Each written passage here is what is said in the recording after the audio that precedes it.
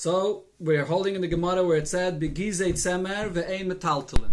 This goes back on the Mishnah, where the Mishnah is talking about the halacha of atmana. When you are insulating food for Shabbos, so we learned this already many times. Let me mention the rule again. When you insulate food on Friday for Shabbos, you're not allowed to insulate it with material, with substances that are meisif hevel, that increase its heat. But you are allowed in something that does not increase its heat. So over here we're talking about gizei tzemer, wool shearings. So if you're insulating it in the wool shearings, the Mishnah says that's okay, but ve'ein metaltalin. But the wool shearings are muktzeh. So the Gemara says on this Amar Rav, lo yishanu elo shaloi tomam behen. When are these wool shearings muktzeh?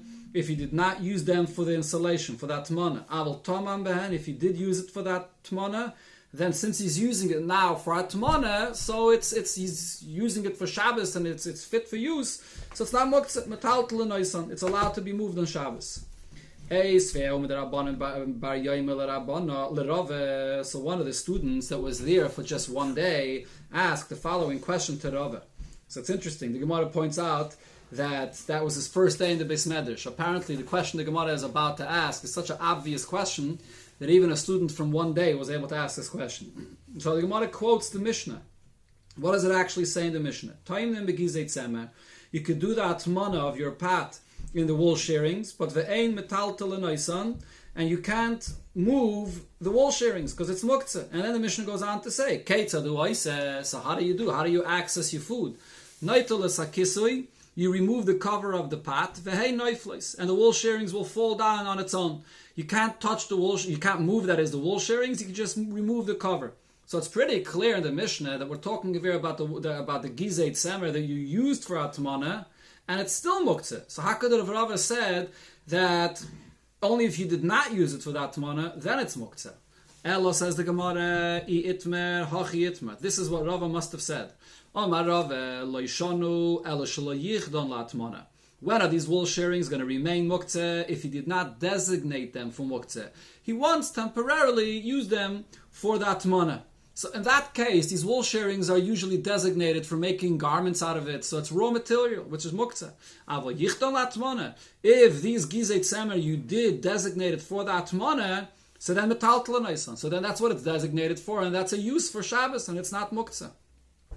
It's menami, so too we learned in another place, Ki Yoserav and Amar Rav Yaakov Amar Rav Asi ben Shaul Amar Rebbe. So he said in the name of Rebbe, this that the Mishnah says that it's muktzeh is only if it wasn't designated for atmana. If it was designated for atmana, so then metaltal noisan. Then it loses its status of muktzeh. Now it's been designated for being used for the atmana, and it's fine to be used, fine to be moved. That is on Shabbos. This is one pshat in what Rava said. But Ravina comes along and says, no, we could learn what Rava said where it was quoted originally, and it's not a problem. Bishel heftek shonum.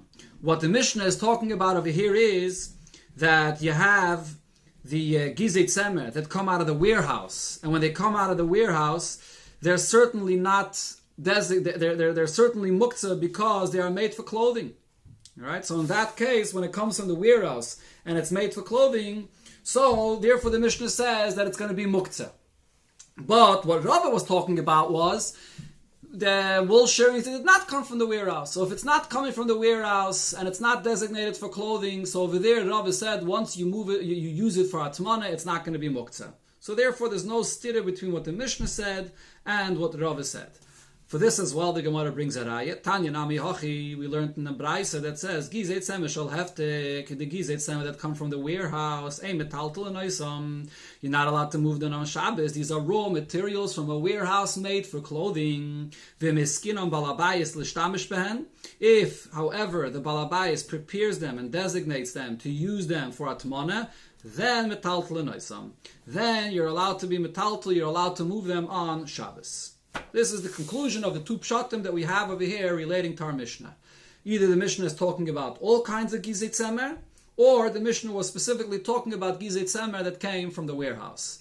But now we have this new concept that the Gemara brought up over here, which is that you could have raw materials or any kinds of materials that are really muktzeh, But once you designate them for a specific permissible use before Shabbos, so it loses its muktzah status and it's going to be allowed to be used, to be moved on Shabbos. So the next Amud or so of Gemara will be discussing this halacha about how to take a muktzah item and turn it into a non-muktzah item. Sagt the Gemara, Omar or Tane Rabbe Bar Bar Chana Kamei de Rab. So Rabbe Bar Bar Chana learned in front of Rab. Charoyos shel dekel. Charoyos shel dekel are basically the lulavim. If you leave them on the tree longer, so then these lulavim basically turn into these sticks, these wooden sticks that are pretty like a strong branch. So these charoyos shel dekel, shegadran le'etzim, he cut them from the tree to use for firewood. So if they're used for firewood, of course they're muktzah. But then v'nimlach alein liyeshiva, he changed his mind. He wants to use them as a chair to sit on them. So what do? So if you want to make it a non-muktzah item, tzarich lekasher, you're going to have to tie together, you're going to have to do an action to tie together these charoyos shel dekel, these branches, to show that you're designating them to sit on, that it should be not muktzah. Shimon ben Gamliel says there's no need for an action. Ein tzarich lekasher.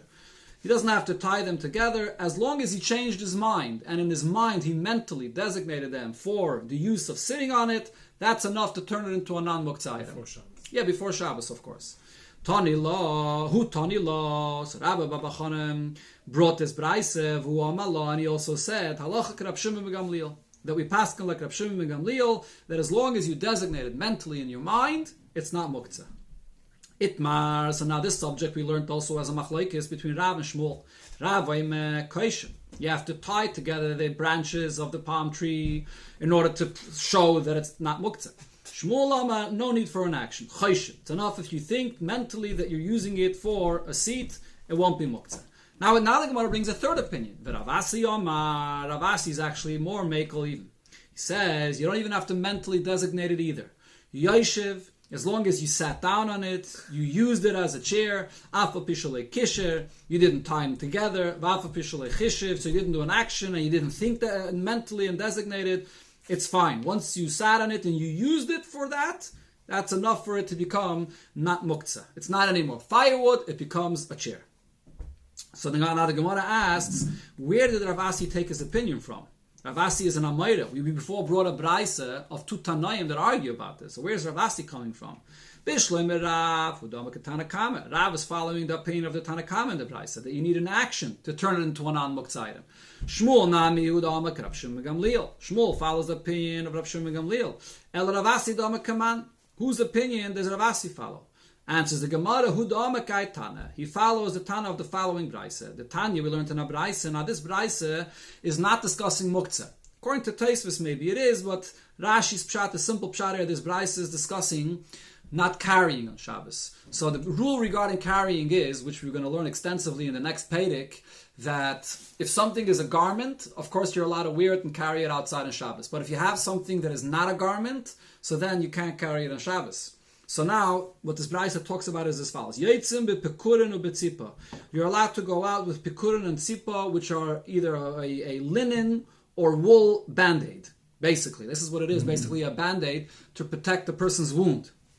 So when are you allowed to go out with them on Shabbos? When is it considered to be a garment that you can go out with it? Bisman shetzavan b'shemen, if you anointed it, if you put it into oil, over karcham b'meshiche, and you tied it around with a bendel to keep it on. But loy tzavan b'shemen, v'loy karcham b'meshiche, if you did not put any oil there, or you did not tie it with a bendel, with a string, then en yetzim ben. It's not considered to be a garment, and therefore you can't go out with it on Shabbos. It has to be something which is comfortable for you. It's with the oil, which makes it comfortable, and it's tied with a string. Some actually say that it could be either or, either with oil or with a string. Either or makes it into a garment, and you can go out with it. But then the brayse says, "Ve'im yotze ben shah achas miboid yaim." If you use this as a garment, you put it on your wound one moment before Shabbos, so then, even if there's no oil there, and even if there's no string that you tied it with, mutter lotzes behen, once you used it that way before Shabbos, you designated it as a garment, so that it's considered to be a garment, and you can carry it out on Shabbos. So from here we can apply the same concept regarding muktzah. We have a non-muktzah item, and you used it, you have a muktzah item, and you designated it as a non-muktzah item without mentally designating it, without doing any action to tie it, just by sitting on the chair, that makes it into a non-muktzah item, and you can use it on Shabbos. Rav Ashi brings another source. We learned in another brayse, hakash she'al gabe hamita. You have straw that's on a bed, and straw generally is muktzah. As Rashi explains, straw is usually made to make bricks out of it, or used in a fire and so on. So therefore it's muktzah. So you have the straw that's sitting on a bed. Lo yanane b'yadoi. Do not shake it off with your hands. Al menanoi begufoi. But you could remove it and shake it off with your body. Okay, this is muktzah, which is done shaloi kedarkoi, so that's allowed. If this straw was not designated for its use for making bricks or for fire, but it was actually designated for feeding animals, for animal feed, or he spread out the straw as a place where he's going to sleep there, and he already put a pillow and a blanket before Shabbos. Then so then you could move around the straw even with your hands. Because once you put your pillow and blanket, you make it clear that you're not using the straw for bricks or any other materials. You're using it actually to sleep there. So what do you see over here? He doesn't have to mentally designate it. He doesn't have to do any action to tie the straw or anything. Just the fact that he placed down his pillow and blanket there, that's good enough. So this is the opinion of Rav Asi. Shmami, no, this again proves the opinion of Rav Asi, and we pass him like Rav Asi that when it comes to taking a non-muktzah item and to turning a muktzah item, that is, into a non-muktzah item, as long as you're treating it in a non-muktzah way, automatically it becomes a non-muktzah item. So we know we have Rab Shimon ben Gamliel, and now we have Rav Asi here, but we never identified who was the Tanakama. The Tanakama was very machmer. He said you have to actually do an action to turn it into a non-muktzah item. Who is this? So the Gemara, Rab Chanina ben Akiva. This is Rab Chanina ben Akiva. And the Gemara says this based on the following report that the Zeiri said. The Chiyasar of Dimi, Omar Zeiri, he said in the name of Zeiri as follows. Omar Rab Chanina, Pa'amachas holach Rab Chanina ben Akiva, L'makom echad. Once Rab Chanina ben Akiva came to a specific place. And it was before Shabbos, Umatza charoyas shel dekel, and he found these branches of the palm tree, shegodrum l'shumeitzim, they were cut for firewood. V'amalem l'talmidov, and he told his students, he reminded them and told them, Tzu'u v'chishvu, that you should go and mentally designate them, kedei sheneshev alein l'malcha, so that tomorrow on Shabbos we'll be able to sit on them. Now, and then, as part of the report, Zeiri said, or what happened over there, V'lo yadaina, and I'm not sure why it was necessary for Rab Chanina ben Akiva to go remind them to do this. Was it over there? Were they there in that place together for a chasana, or perhaps they were there for a beisa oval, the opposite, a beisa oval, and therefore they were very preoccupied with whether the chasana or the oval, and therefore you had to remind them to prepare what to sit on for Shabbos. Till here's the report of Zeiri. Says the Gemara. Since it says that the only reason why he had to tell them, remind them to designate it mentally before Shabbos, so I see from this that dafke beisa evel and beisa mishta the tridi. It was only then because it's a beisa evel and beisa mishta, and they were very preoccupied, and therefore over there he said that by just by designating it mentally, that would be good enough. Aval hacha, but in a regular case, when there's no tirda, if it's not a chasana, if it's not a beis evel, then kesher in, loy kesher loy. You have to do an action. You would have to take these branches and tie them together to show that you want to use it as a chair. It was only there that Chanina ben Akiva told them, because they were so tarot, so he told them that at least you should designate it mentally. But otherwise, he is the Tana, he's the opinion that holds that you have to be machmer to designate it with a physical action. So now there's an exception to this. Even according to the opinion that says that you have to do an action to designate a muktzah item to become a non-muktzah item, but Rav Yehuda said, Machnis Adam Meloy Kupasei Ofa. A person can bring a basket of earth into the house, and he can use it for all his needs. So on Mulligat Saitan, it was necessary to have a basket of earth in your house, the floors were just earth. So if a person wants to use this earth to spread out over Shabbos, if there's any place of dirt or any schmutz in the house, you just pour dirt over it, earth over it, that is. So therefore a person can bring in this basket of earth. Earth is usually muktzah, but if you bring it into the house, so then you can use it on Shabbos. Now it's not muktzah anymore. Dorish mazutra mishmeida mazutra rabo. So now he added and he said, V'hu sheyichud loy keren zavis. That's only if you place this basket of earth in a corner. But if you took that basket of earth and you already spread it out on the floor in the house and people are stepping on it, once it's already spread out on the floor and people are stepping on it, that's muktzah. That has no use anymore for you, and therefore you're not allowed to touch it. If you put it in a corner in the basket, so then you designated it for use, so it's allowed to be used. So Rabbanan said in front of Rav Papa, Kaman, who does the statement of Rav Yehuda follow? Rab Shimon ben Gamliel seems to be following the opinion of Rab Shimon ben Gamliel, because the person didn't do any specific action with the actual earth itself. He just mentally designated it. Like Rab Shimon ben Gamliel says, that the machshava of the person is enough. The Rabbanan, ha'amri, but Rabbanan said, binan ma'isa. Before, when it came to the branches, you have to tie the branches in order for it to become a non-muktzah item. Over here, he didn't tie, he didn't do anything to the earth. So Rav Papa responded and said, no, you're making a mistake. The opinion of Rav Yehuda could even follow the first opinion before the Rabbanan. When did the Rabbanan say that you have to have an action to designate it to be a non-muktzah item? Elamidi, that is the baravida b'maisa, something that you could do action with it. When you have branches, so you could tie it together to make it into a chair. But if it's something that there is no action to do with it, the earth is sitting there in the basket, there is no action to be done in order to designate it for your use. So then, then even the Rabbana will agree that it's not necessary to do an action in order to designate it to be a non-muktzah item. Dr. Gemara, shall we say that this statement of Rav Yehuda, when there's no action possible, so then there's no action needed, and just by designating it mentally, that's good enough? Shall we say that this is a machlokes tanoim? And the Gemara brings the following stira that you find between two brises. In one brise it says, "Bakoil chofenes hakelim." You're allowed to scrub kalim, and you want to shine, let's say, shine silver. You're allowed to shine the kalim with anything on Shabbos. Chutz mikli kesev begartekon.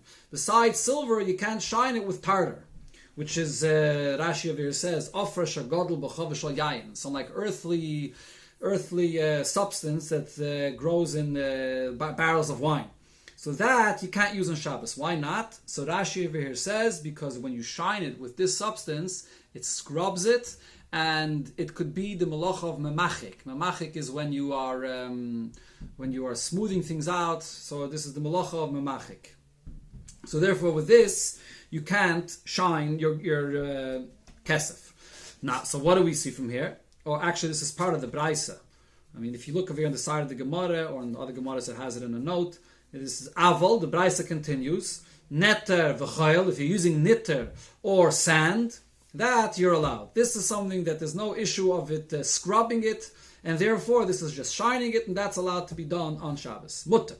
Now, in fact, the Gemara, but we just steer here, because in another Braisa it says, Vatanya neter v'chayil asur, that netter and sand cannot be used on Shabbos. So how do we resolve the stira of these two Braisas? Don't you think that the argument between these two brises revolves around the subject of muktzah?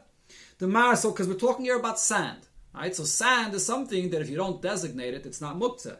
The mar savar bina maisa, the brisa that says that you can't use sand to shine your dishes or your silver, holds that you need an action. You have to have an action to designate the sand. And there really is no action to be done with designating the sand, so it's going to remain muktzah. Umar savar loy bina maisa. And the brisa that says that you could use the sand is because you don't need an action.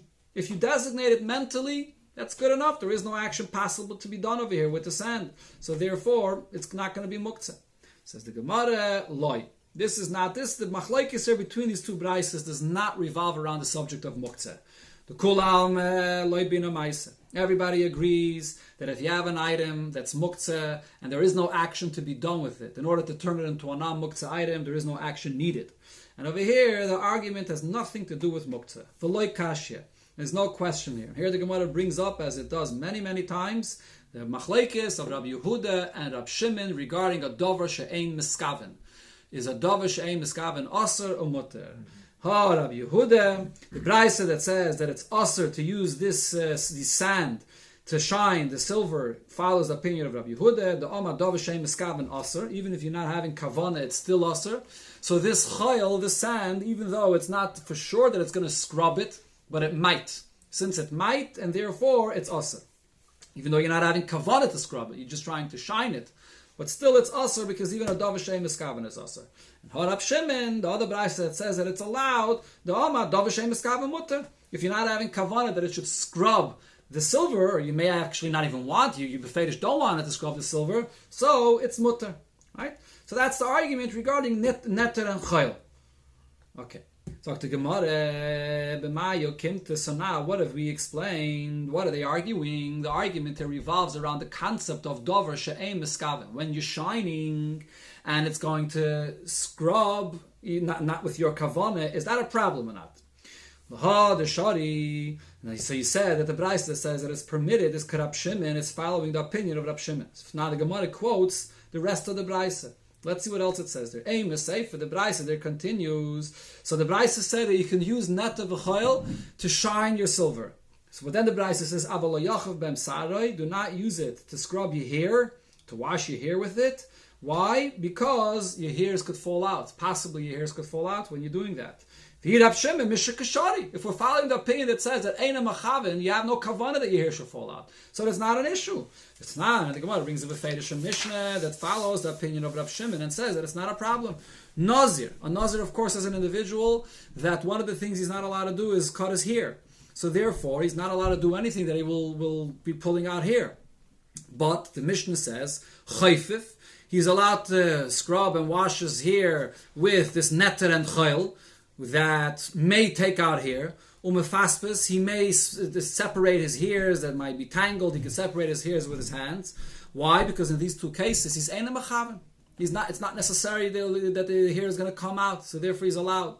But he's not allowed to comb his hair, because when you comb your hair, definitely hairs will come out. So this is the rule that's known as psik reisha. Since it's for sure going to come out, so that even Rab Shimon says it's not allowed. So this Mishnah is Rab Shimon. It's going with Rab Shimon's opinion that Eina Mechaven is allowed. And what does he say? That you could wash your hair, a Nazir could wash his hair with netter and chayil. So how can we say that the brayse before that says that it's mutter to shine the kesef with netter and chayil is following the opinion of Rab Shimon? If over there in the seif of the brayse it says you can't wash your hair with netter and chayil.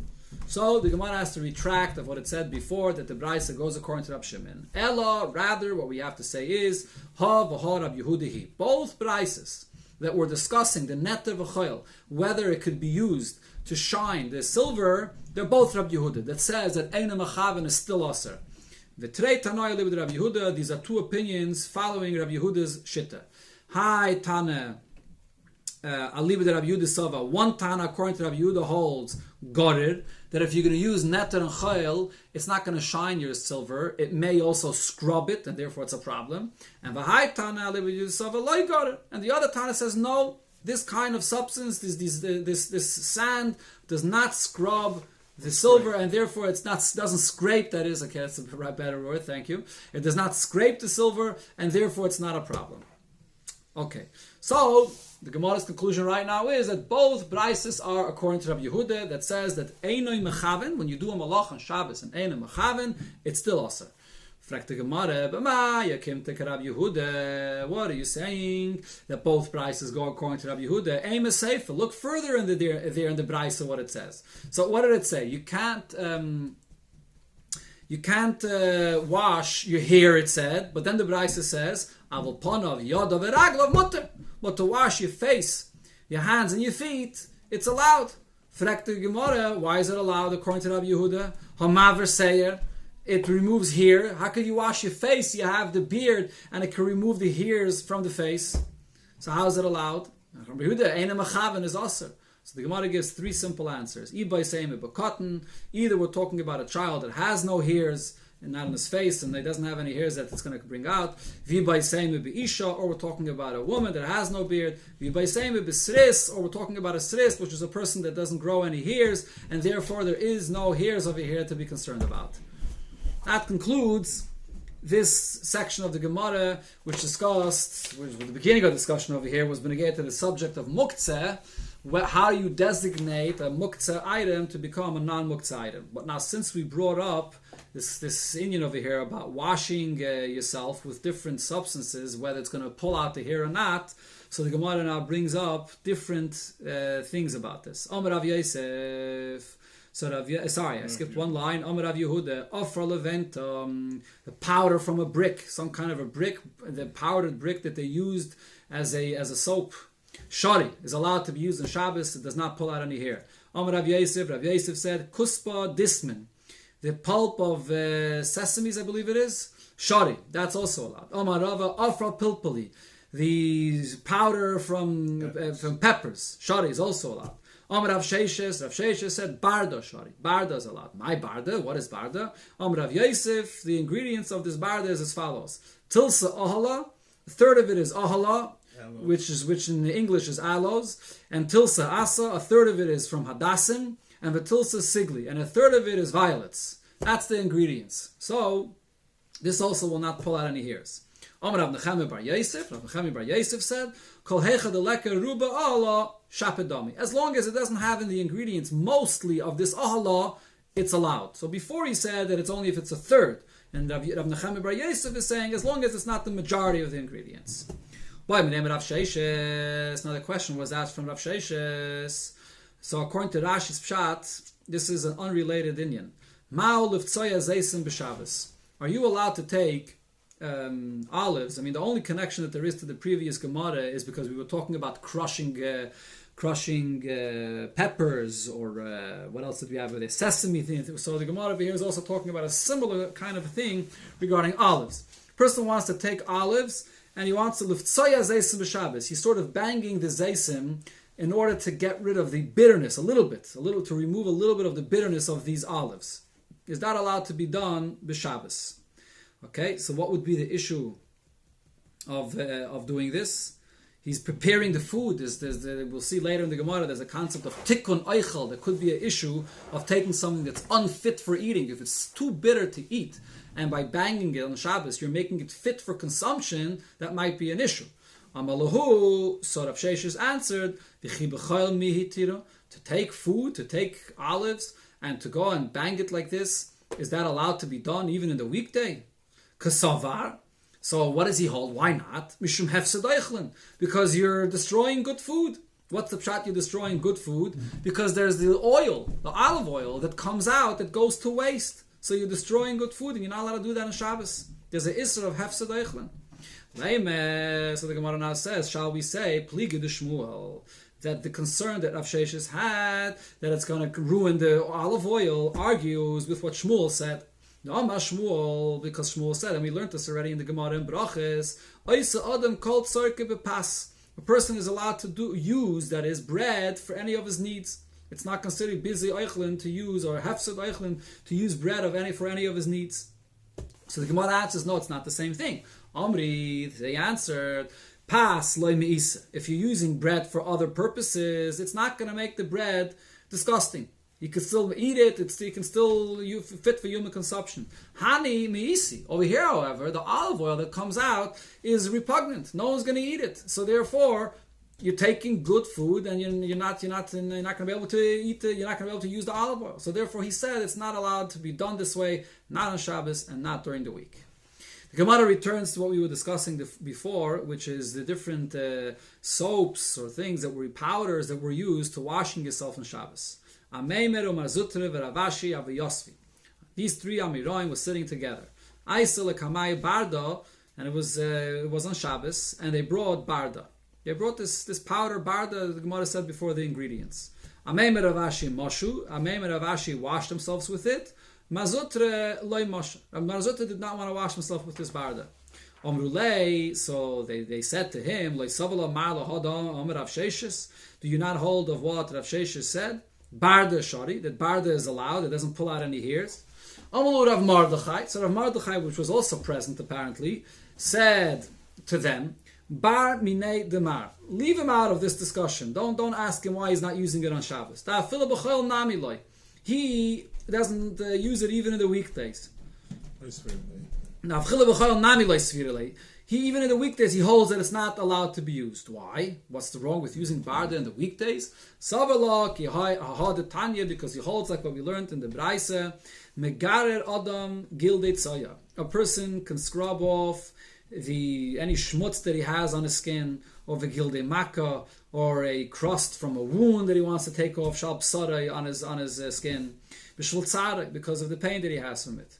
But if it's in b'shvil liyapa, it's aser. If a person is putting powder, he's using this barda, which is this powder, just to beautify himself, that is not allowed. And as Rashi here says, because this is something which is aser mitzad lesilbash, that a person is doing something just for the purpose to beautify themselves, that's not allowed. So the Gemara says Ve'enu, and the other two Amiroim are Meimer and Ravashi that did use the barda. Kaman, who do they hold? Like that they did use it. Why weren't they concerned of beautifying themselves like a woman? And for the Gemara, Savrua, Kehada, Tanya, they hold like what it says in the Braise, Reichetz Adam, Panav, Yadav, Raglav, B'chol Yoim, a person should wash himself, should shower every single day, or at least wash his hands, his face, hands and feet every day, B'shvul Kainai, for the sake of the Eibishter, coming to daven, to stand clean, washed for the Eibishter, Mishum Shenema, Kol Po'al Hashem L'Maneo. Everything that Hashem created is for His purpose. The Eibishter created this barda only for the purpose that a Yid should wash himself and come prepare himself for the Eibishter. Interesting how the Gemara brings up this pasuk, Kol Po'al Hashem L'Maneo. In other words, the Gemara is trying to point out the same substance that could be used negatively to be over a Isser of Loisil Bash, but if a person is using it to wash himself, to be able to daven, you transform it to be used in a positive way, to stand in front of the Eibishter, the way it's befitting to stand in front of a king. Alter Rebbe brings this pasuk called Paul Hashem L'Manei with the conclusion of the pasuk, Gam Rasha L'Yom Ra, that even a Rasha, the creation of Rishus in the world, is only for the purpose to turn the Ra into Yom, to transform it into positive. So over here you have this also in the Gemara, Benegay to this Indian, turning something which it could be a lav, into of Leisilbash, into something positive, using it to beautify yourself, to stand in front of the Eibishter. Okay, the Gemara returns now to the Mishnah. So the Mishnah was speaking about doing the Hatmana in this kind of a box that they placed a pot inside this box, and inside the box they had gizei tzemer, they had wool shearings that kept it insulated. But we said in the Mishnah that the wool shearings are muktzeh. So therefore the Tana Kama said, what do? You just take off the cover of the pot and you don't touch the wool shearings. But then it brings another opinion. Rabbi Elazar ben Azariah Omer, Kupa mutal tzida v'noitel shema yitel v'chulu. So you don't take the pot. He says, don't remove the pot from the box. Leave the pot inside the box, and that way you just tilt the box and you can take the food out. But the Rabbi Elazar ben Azariah says, if you're going to take the pot out, so then the wool shearings are all going to fall in, and you won't be able to then put it back in and surround the pot with the wool shearings. And then afterwards it said, the Chachamim disagree. Chachamim said you can take in the pot, take out the pot, it's not a problem. So the Gemara is going to explain this machlekes now. Everybody agrees that if when you took out the pot, and now the wool shearings fell into the cavity of this box, and now you can't move anymore the wool shearings to surround the pot with them, because it's muktzeh. Everybody agrees to that. Okay, so the Gemara, how is this going to work over here? Tanam, but we learned in the Mishnah, the Chachamim say, Noitel, take the pot out of the box, umachzer, and you can return it. So let's understand what the Chachamim was saying. Hey Chidami, what were they talking about? If when you took out the box, the pot from the box, that is, so the wool shearings remained in their position and you can place the pot right back in without touching the wool shearings. What's the problem? Shapekam Rabbanan. The Rabbanan are right. There's no issue. You don't have to touch the gizei tzemer. So Elolav. So what was the chiddush of the Rabbanan which Rabbi Elazar ben Azariah argued on? The Rabbanan came to say, unlike Rabbi Elazar ben Azariah that says that you can't remove the pot because the wool shearings fall inside and then you can't touch it, but the Rabbanan say no, that it's not a problem. you still could move it, even if the wool shearings fall into the backs. That's what we have to say the machlokes is. So the Gemara says, "Loi, no." Here's the explanation of the machlokes. La'olam, the loy niskalkala. What we're speaking about over here is he takes the pot out of the backs, and the gizei tzema remain in their position, and therefore the rabbanon allow it. And v'hacha. So what is their machlokes? B'chosheshin kamiflagi. The machlokes is there a chashash? Is there a concern? What's the concern? Should we be concerned that even in a case where it doesn't fall down, the wool shearings are not going to fall down? Chachamim didn't allow you to remove the Chachamim. I'm saying the Chachamim. I don't mean the Rabbanon. There's a takanas Chachamim that they don't allow to remove the pot from the backs because it might fall down. That's the machlokes. So Rabbanon hold that it's not a problem. Again, is there a chash that we have that the wool shearings may fall in? Marasava chayshishin. Rabbi Elazar ben Azai says we are chayshish. The wool shearings might fall in, and it's muktzeh, and you might then touch it and move it. And you're not allowed to on Shabbos. Shema niskalkala guma. We're chayshish that the guma is going to become ruined because the wool shearings is going to fall inside. Or marasava en chayshishin, and the Rabbanon hold that we're not chayshish. If you could take out your pot and they're going to remain in place, the gizei tzema are going to remain in place, it's not a problem. Dr. Gemara Rav Hune said, Hai slikusta. This slikusta, Rashi says, is some kind of a plant that's a beautiful plant with a very good smell that they used to place into moist earth just to sit in that position, and you would take it out. The person, when he wants to smell it, removes it. It's not there planted, it's just placed in that position. He takes it out to smell, and then he puts it back. Whenever he wants to smell it, he takes it out from there. So the issue over here is the earth. The earth that it's placed into is muktzah. So if you're taking it out, you're moving earth. So therefore you can't take it out on Shabbos and move the earth. So therefore, so the Gemara says, this slikusta, this kind of plant, dotza, if you stuck it into this position that it's stuck into, in this moist earth, shalfa, he pulled it out, and v'hada dotza, and he stuck it back in again. If this was all done before Shabbos, sharia. So then on Shabbos, you could remove it whenever you want to smell from it. Because once you did that, it has this little groove over there where it's open, and you're not going to be moving the earth if you take it out again on Shabbos. But filav, if not, osir. If not, it's going to be osir. This is the pshat that most Mefarshim say over here in Rashi. Yeah, this is the pshat we'll go with. On Shmuel says a similar halacha, hai sakina de beini orvi. A knife that's being stored in the wall, you have bricks in the wall, and between the bricks there's mortar that's soft, and you can stick in a knife inside and to store it over there. So when you stick in the knife, you're sort of sticking it inside the mortar, and then you take it out. So again, there's the same issue that you're moving it. It's muktzah on Shabbos. You can't move this cement that's between the bricks. Dotza. If you stuck it in, shalfa, you took out the knife, v'hada dotza, and you stuck it in again, shari. Then it's allowed because you already made that space over there for it, and you're not moving around the mortar. Lav asr. If not, it's forbidden. Mazutri v'teimer avashi amar begurdisa dekoni. If you want to place your knife and store it in these reeds that grow around a palm tree, Rashi says, there's a lot of reeds that grow over there together, and you want to place the knife over there it's not a problem. Over there it's not going to move anything, and it's okay. So Rav Mordechai said to Rav Masav Rav Katina to Yufter. Rav Katina asked the following question.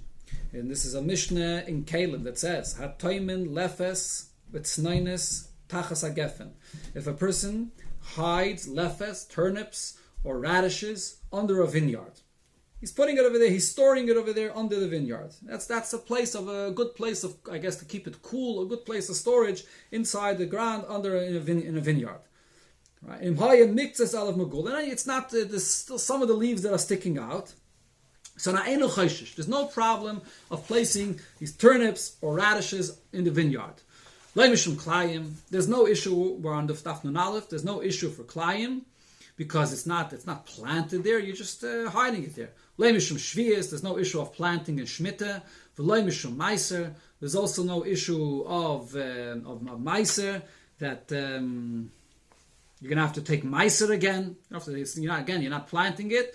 And the last thing it says in the Braisa is, or the Mishnah actually is, V'nitolin b'Shabbos. You're allowed to take it out on Shabbos. Even though, what happens when you take it out on Shabbos? There's some earth that's there that gets moved. That you have to shake off some earth because you hit it over there underneath, inside the earth. There's a leaf that's sticking out, so you pick it up with the leaf. But when you take it out, there is some earth that's shaking off. So what do you see from here? Even though it's moving the earth, it's not a problem. So to Yufta, this refutes what we said before regarding moving this plant, that the silukta that you put into this moist earth, or the knife that they put into the wall, even though it moves around the earth or the mortar that's in the wall, it doesn't matter. If you're taking out the non-muktzah item and the other muktzah things shake off automatically, that's okay, that's mutter. And this is actually the halacha. This is very negay. Sometimes when you have a muktzah item and you could just take, a non-muktzah item, and there's another muktzah item there, you just take the non-muktzah item, and the muktzah item shakes off of it, it's not a problem. But it's more nuanced, there's more details to this, and the main sugya of this inyan, of muktzah, and this subject is later in the Daf Kufyutes, I think, somewhere over there, is the main sugya of this inyan. But this is the halacha, Lamaisa, that we're not concerned about shaking off the muktzah item from the non-muktzah item, that is. Okay, Ad Kan the Gemara for today. So as I said, for tomorrow in Mitzvah Shem, starting from tomorrow onward, the Shir of Gemara will be in Mitzvah Shem 9 o'clock.